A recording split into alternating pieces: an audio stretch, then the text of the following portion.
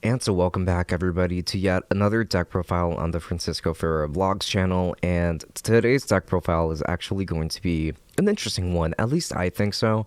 And this is about how to play Branded Despia on a budget, and by budget I truly mean for about $50 you can build this entire deck, which is a really cool thing since, really not that long ago, Branded Despia was fairly expensive. My current Despia deck, which is actually a Branded Bestial, is definitely a much more expensive one, which by the way I have been working on refining, and I should be posting my updated profile very soon on that one. But before that, I wanted to share my thoughts on what it would be like to build a branded deck, a very good branded deck in fact, for about $50, or like more or less, maybe just a little bit more than that. But like, you can definitely build this with a very small budget and still be pretty competitive out there if you wanted to be. So now I really wanted to get straight into the profile. So we've actually got a main deck, an extra deck, and a side deck, all of which are going to be complete. Now the side deck isn't really anything all that special, but it is good enough to really suffice as a side deck. And I think that most people will be able to still take this with them and be totally fine. The extra deck is still what I would consider to be pretty ideal for a scenario like this, for a budget like this, and the main deck as well. The main deck over here is going to be comprised of, I believe, 42 cards. So it isn't going to be 40 cards. It is very hard to keep a branded deck at 40 cards. However, this is as close as I was able to get while still being able to include every card that I think will be necessary or at least useful within this deck.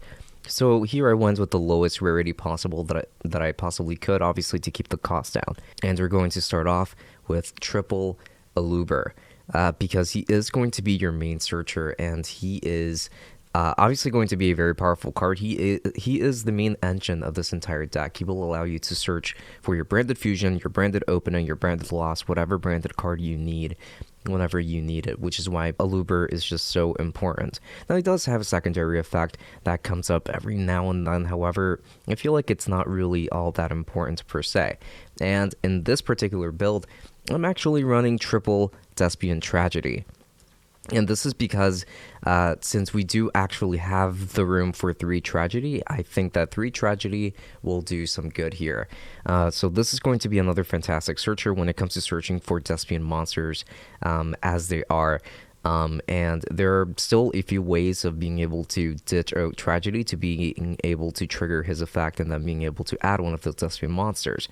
Or whether it's a Luber, Dramaturge, or ad libitum, you have a way of getting to your monsters, and since we have 3 over here, then we are definitely doing the right thing. So then we've got ad libitum. Ad libitum of Despia is a very important card, primarily when it comes to comboing off with Mirror Jade over here.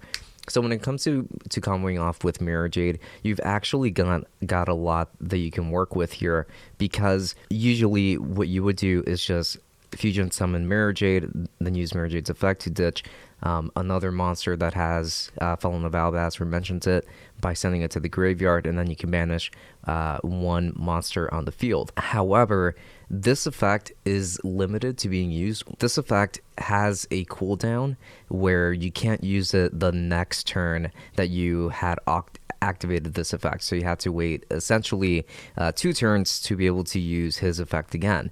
This is when ad libitum comes in handy, because you can just ad libitum after having used Mirror Jade's effect, and then you would bring back Mirror Jade that way with ad libitum's effect, and then it allows you to reuse that effect and pretty much abuse it, which is pretty insane. This is a fairly classic combo when it comes to Branded Despia ever since the structure that came out, so that is worth noting. It isn't really anything new, but it is still a powerful combo if you want to go into that, especially if you're running a budget version. Then we've got Dramaturge, which has become my favorite of the two, since he can still be special summoned by his own effect when used as a fusion material, and he's a negate on the field, which is still really cool. It's super useful. I really like that effect, and that's actually why I'm maining Dramaturge instead of ad libitum, because I feel like Dramaturge is just more relevant when it comes to my playstyle at the very least. And then with that, that's pretty much everything for the Despia monsters. So I'm going to go ahead and censor that so that we can move on to the next ones. And obviously we're going to be running Fallen of Albaz, and I will be running him at 3. I run him at 3 in my main non-budget deck, and here I think that he is still necessary at 3. Again, if you're going to be running 3 branded fusion and especially other branded spells and traps that do require Fallen of Albaz or a monster that mentions it or anything like that, you want to make sure that you have the names available to you, and just having this many Fallen of Albaz will always come in handy. Now, he does have a pretty useful effect that unfortunately gets negated 80% of the time that you try to use him. Whenever you summon him, you can try to discard a card, and then you can fusion summon using him and some of your other opponent's monsters. However, that effect doesn't really resolve very often, which is why I don't rely on it. You just want him for the name sake of him being Fallen of Albaz and the fact that you need him for so many of your fusions, which is why I want him at 3 and I wouldn't run him at any less than that.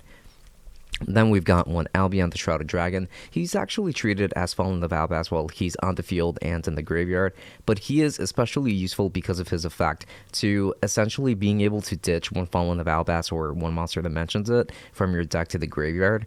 And then it allows you to return him to the bottom of your deck and then draw 1 card from there, which I have used so much, and it has been so incredibly handy for allowing me to get a Fallen of Albaz in the graveyard very easily and still allow me to recycle him to draw another card and then see what else I can get from there. So this card is really good. You have to run him. Then we got Spriggan's Kit, which is really just a downgraded Aluber, but I do like to run her because you do get still more searchability, so yeah, I think that this is still a pretty decent card. Then we've got Tri-Brigade Mercurier. This is going to be the one hand trap that we're going to be running in this particular build, and Mercurier is as useful and as powerful as ever, especially considering that we are running even more Albaz fusions than I do my main build. He's going to be especially useful when it comes to helping you protect your own cards. Now we've got one incredible Ecclesia, not running Cartesia here because obviously Cartesia is not a budget alternative to Ecclesia. It's the other way around. So Ecclesia is a very good card when it comes to allowing you to gain easier access to Fallen of Albaz. By distributing her, you can just go ahead and special summon Fallen of Albaz and then trigger his effect from there. So that's what makes her so useful to me, but she's also searchable with Branded Loss and other cards like that, which is why I like to run her. And then we've got the Edgem package, which is going to include 2 Edgem Chain. I really don't like running 3. I don't like this engine all that much, but I do recognize that it is still a good one. I am running it here since we're not running any bestials or anything like that, since this is the budget version. And then we've got one Artifact Scythe.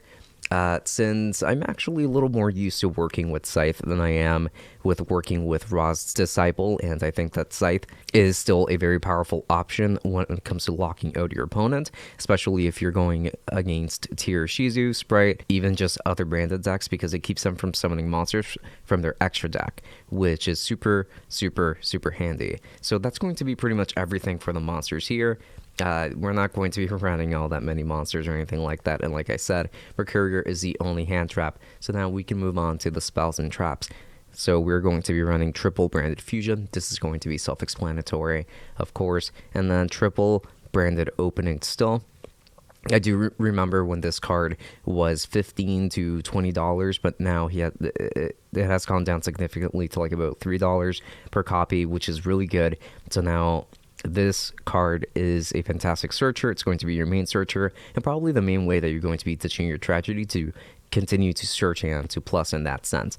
Then we've got double Branded in red, because in this case we do have that kind of room in here. Even though we're not running Guardian Chimera for obvious reasons, Branded in red is still a very useful card when it comes to getting other fusions out, and we are running a bunch of other options still, even if we don't have any chimeras or anything like that. And we've got one Branded in High Spirit. So this is just one tech card that I decided to bring in here because I have seen some other people run it in some higher end builds, and I've just been testing it out. It has been pretty cool, but I don't necessarily think that it really belongs in those higher end builds, because I think that they can accomplish more really even without this card, but it is still pretty cool to include in a budget build like this. Then we got Branded in White. Now this card has been seeing more play for sure, and I completely understand why. So to me, when it comes to higher end builds, I think that it's either this card or Theater of the Branded, because they kind of accomplish the same thing, just allowing you to fuse again, but this allows you to fuse from the graveyard if you got a Fallen of Albaz in the graveyard and that kind of thing. So that's what makes this a little bit more useful, but Theater is more generic, which is why I kind of prefer it over Branded in White, but we've got the room for Branded in White. Branded in White is still a very powerful card, don't get me wrong. Now we got Branded Lost, which is the card of this deck. It's going to be a fantastic searcher for you, and it also protects your fusions when you're in the middle of fusing. You can still get ashed if you use Branded Fusion, of course.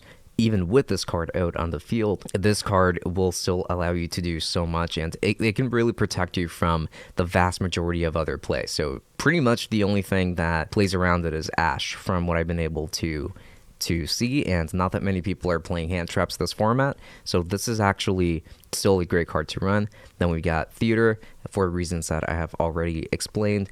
We've got double Fright for Patchwork over here, so I'm running 2 because it's just my preferred ratio of 2-2-2, and speaking of 2-2-2, double Polymerization really to go with that. This kind of behaves as a Pot of Greed, except that what it does is that it allows you to search for an Edgem Chain, or really just any Edgem monster, but in this case we are running Edgem Chain and 1 Polymerization. And so Polymerization is going to be super useful for being able to fuse and getting into other cards, of course. Now, considering that we are running the budget version, we are limited by how much we can spend here, so unfortunately no Chimera here, which would be really useful with this particular engine, but oh well, it is still pretty good. And then lastly for the spells, I've got triple Mask Change. So this is what I'm running instead of Super Polymerization, because Super Polymerization is more expensive right now for 1, and 2, Mask Change is still a fantastic card because we are running Dark Law in this extra deck, so we do need to run Mask Change 2 here. And I am running 3 copies because I want to be able to draw into it, particularly because we are in this Ishizu Tearlament format. We want to be able to use Dark Law to be able to lock your opponent out of the graveyard, because it banishes every card that goes into their graveyard when Dark Law is on the field. So I am going to talk a little bit more about that when we get to Dark Law, but that's why I'm running 3 of these instead of 3 Super Polymerization, and that's basically what I would do if I was going for a budget version of this build, which is exactly why this is here. And then lastly, for the traps, we've got Branded Banishment. Branded Banishment is a fantastic card. It is essentially Super Polymerization, but it allows you to special summon 1 Despia monster, 1 level 8 or higher fusion monster from your graveyard onto the field, and then fuse with that if you want to. But you can also use your opponent's monsters too with it, which is what makes it so special and so good. And it is technically still a budget version and more niche, or I suppose more archetype based version of Super Polymerization. So that works really well here, and it's also searchable. Then we got Branded Sword. So Branded Sword, I thought was actually a pretty cool card for a budget build like this, because it does allow for 2 different effects. Like, for example, it allows you to banish any number of branded spells and traps that you have already used and are probably not going to get back, quite frankly. So then it allows you to summon really high level tokens, which are Dragon Dark level 8, 2500 attack and 2000 defense tokens, which is pretty insane, quite frankly. Like, you could definitely accomplish a lot with that. And you can banish this card from the graveyard after using it, maybe not immediately after. I believe that you do have to wait a turn to be able to activate its other effect in the graveyard if you've already used this. But you can banish it, and then with that, you can target one of your banished Fallen Valbass or 1 monster that mentions it, and then add that monster to your hand, which is pretty cool. So I do like Branded Sword quite a bit. Branded Retribution is going to be the very next trap. So this is going to be a pretty cool card, actually, for going straight into other plays and actually being able to recover some of those branded spells and traps as needed. So you could go ahead and add yourself a Branded Fusion if you've already used it and you happen to ditch Branded Retribution. But I do think that its first effect is also pretty cool, and you could definitely resolve it pretty easily in this deck. And then the last card is going to be Branded Expulsion, and this is going to be for the Artifact Scythe play, which is going to allow you to bring him out pretty easily and then lock your opponent out of the extra deck for the rest of that turn. So that's going to be pretty much everything for the spells and traps here. And now we're going to be moving on to the extra deck, which I'm actually kind of excited to talk about over here.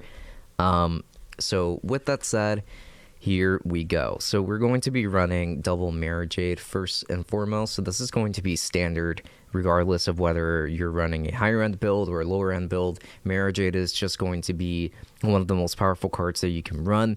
Its effect is fantastic. Not too much more to say about that. And we've got double Lubellion because we do have the room for it. But quite frankly, you could definitely just cut this down to 1 and run something else. Like what I would do if I wasn't on such a tight budget is probably that I would cut down on 1 Lubellion and add one Draco Stapelia instead. But because I'm not running Super Poly in this deck, I didn't really prioritize that all that much. But Lubellion is pretty cool for helping you recycle some of your fusion materials from some of your previous fusions or anything like that. So I actually like Lubellion quite a bit, but I think that he's good enough at 1, really. And we've got triple Albion, the Branded Dragon. So this is going to be the main monster that you're going to want to ditch to the graveyard whenever you're using Mirror Jade's effect. You want this guy in the graveyard primarily. You do want him to be able to fuse, of course, but when you toss him over to the graveyard, you do get a search effect at the end phase, which is a really cool one to search for any branded spell or trap and either add it to your hand or set it. So that can set up your Branded Expulsion, that can set up your Branded Banishment, it can set up your Branded Red. It can set up a lot of different plays, which is really cool. And then I run 1 Titanic Clad because this can become a very strong beat stick. And then I run 1 Brigand the Glory Dragon, which I am still play testing here, but he does seem pretty cool, even though I don't really go into him all that often. I prefer Titanic Lad probably infinitely more than I prefer Brigand the Glory Dragon, but either way, still a pretty cool tech card. Then we've got Despian Coortis, so these Despian cards are going to be a lot cheaper now. I believe that Despian Coortis, this Prismatic Secret, is less than $1, so you could get it for very little money. Its effect to be able to reduce every other monster's attack to 0 as long as they're not level 8 or higher fusion monsters is pretty insane, since for the most part you're going to have level 8 or higher fusion monsters on the field. It won't really affect you so much as it's going to affect your opponent, and the secondary effect is also pretty cool. What I really love the most here is going to be my double Masquerade. This is what I run on the most. So these are just going to be the supers. I do wish that these had actually gotten some higher rarity printings instead, like some Prismatic Secrets of this would have been pretty cool. But double Masquerade is going to be pretty self-explanatory. It's very easy to make in this deck, and you still have the ability to earn your opponent for 1,200 life points every time that they want to activate a card effect at all. So that's really cool. And it is a lot of damage to burn for with Masquerade. So I really love Masquerade. Then here I've got Despian Priscinian because we do have the room for him. And Priscinian is actually a very powerful card. It's just that he is harder to make, I suppose, which is why he might not be the first option for a lot of people. And he wasn't really the first option for me either, but I figured, hey, we actually have that kind of room for him. And he is a really cool tech card. If we had Super Poly in this deck, he would be even better, though, admittedly. But we do have other ways to bring him out, such as with Polymerization, Theater, and that kind of thing. But seriously, Despian Priscinian is a very powerful card in my opinion, especially in a budget build like this. Then we've got Mass Hero Dark Law. So I did say that I was going to talk more about Dark Law. And that while his effect is that any card sent to your opponent's graveyard is banished instead. So that effect on its own is really why you want Dark Law in this deck, because Tier Ishizu is really either tier 0.5 or tier 0 at this point. They're just currently at the top, and they rely heavily on the graveyard. If their cards can't touch the graveyard, then they probably will not be able to resolve. They will not be able to do everything that they need to accomplish. So Dark Law on his own will be able to help you win the game, but they can still play around it, don't get me wrong. But Dark Law will still be instrumental in helping you accomplish that. It's just a really good card right now. I'm even running him in my current build. So yeah, Dark Law is very, very powerful. I do realize that we're running 3 copies of Mass Change 2 just to be able to get 1 Dark Law. But the reason for that is because you do have to hard draw Mass Change 2. He is not searchable in this deck, even if you were to add Shadow Mist to this deck, because with Shadow Mist, you still have to figure out ways of summoning Shadow Mist, special summoning Shadow Mist and that kind of thing to be able to make it searchable.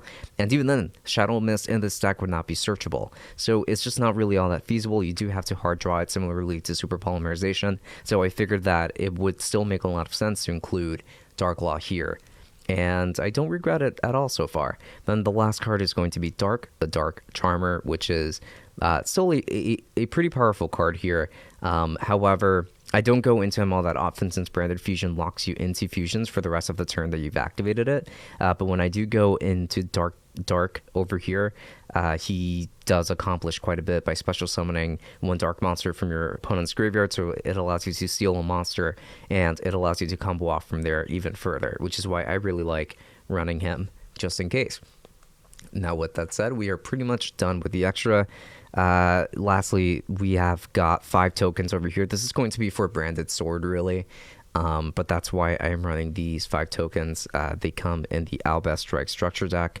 And the last thing I wanted to talk about is just going to be the side deck. And this is going to be incredibly brief. So we've got triple Radiant, the multi-dimensional Kaiju. This would probably be Lava Golem instead. But since we are going on a budget build, this already comes in the structure deck, and it does serve a pretty similar function. But it's not really as powerful as Lava Golem, in my opinion. So I would get Lava Golem instead if you could. But Kaijus are known for doing pretty much exactly what that card does. So yeah, I would still side this in if you're on a budget. Then we've got double Ghost Ogre. I just don't think that 3 are necessary, especially since we're really not running all that many hand traps. We're only running 1 in the main deck, but Ghost Ogre can still be pretty useful. However, I would probably stick to something like Ghost Spell instead. For something like this, I'm thinking what I do like about Ghost Ogre is that it is a light monster. What I don't like about Ghost Spell is that she is an earth monster, but still, this can net you some pretty good results nonetheless. We got double Dark Ruler No More. So Dark Ruler No More is going to be a board breaker. It's going to make it so that your opponent cannot activate any of the monster's effect that they currently have on the field if you're going second. So this card is going to be fantastic, really, for that. You could even run it at 3 and still do pretty well, I would say. Then we've got double Cosmic Cyclone. That's going to be for more back row decks. And also if you need to get rid of things like Dimensional Fissure, Macrocosmos, since now they're off the ban list, they can still hurt your deck. So I do suggest running something to get rid of back row. Cosmic Cyclones are super cheap right now since they have been reprinted. And we've got triple There Can Only Be One. So the effect is essentially that each player can only control 1 monster of each type. So if a player controls 2 or more monsters of the same type, they must send some to the graveyard so they control no more than 1 monster of that type. So this is going to be very useful when it comes to certain decks. Not every single deck, obviously. However, it is pretty cool to be able to run a side piece like this. And then lastly, we've got Dimensional Barrier, which while it cannot stop links, it can still stop Xyz and Fusion Blades, which are going to be the most prominent ones right now. So Dimensional Fissure is probably the most powerful side deck card that we are running over here, since a lot of these actually come in the Albest Strike Structure deck already, which is what makes it so affordable. But also, it is just a very powerful card to include. It's a really good reprint. So with that said, that's going to be pretty much everything for this deck profile. So thank you so much for joining me in today's deck profile. Now, if you would like to watch a playthrough or some test hands, I suppose, with this particular budget build, then I absolutely positively do not mind making that. Just let me know in the comments, and I will get to work on that so that we can talk about just how good this deck is and how many things you can accomplish with it with such a low price tag. Now, please make sure to like this video if you liked this profile, and also if you liked this format overall, and do make sure to subscribe as well if you look forward to more deck profiles like this, and also if you look forward to that Branded Bestial deck profile that will be coming out very soon after this video is uploaded. So with that said, this has been Francisco from Francisco Ferreira Vlogs. Thank you for watching, and I will be seeing you all next time. So have a good one.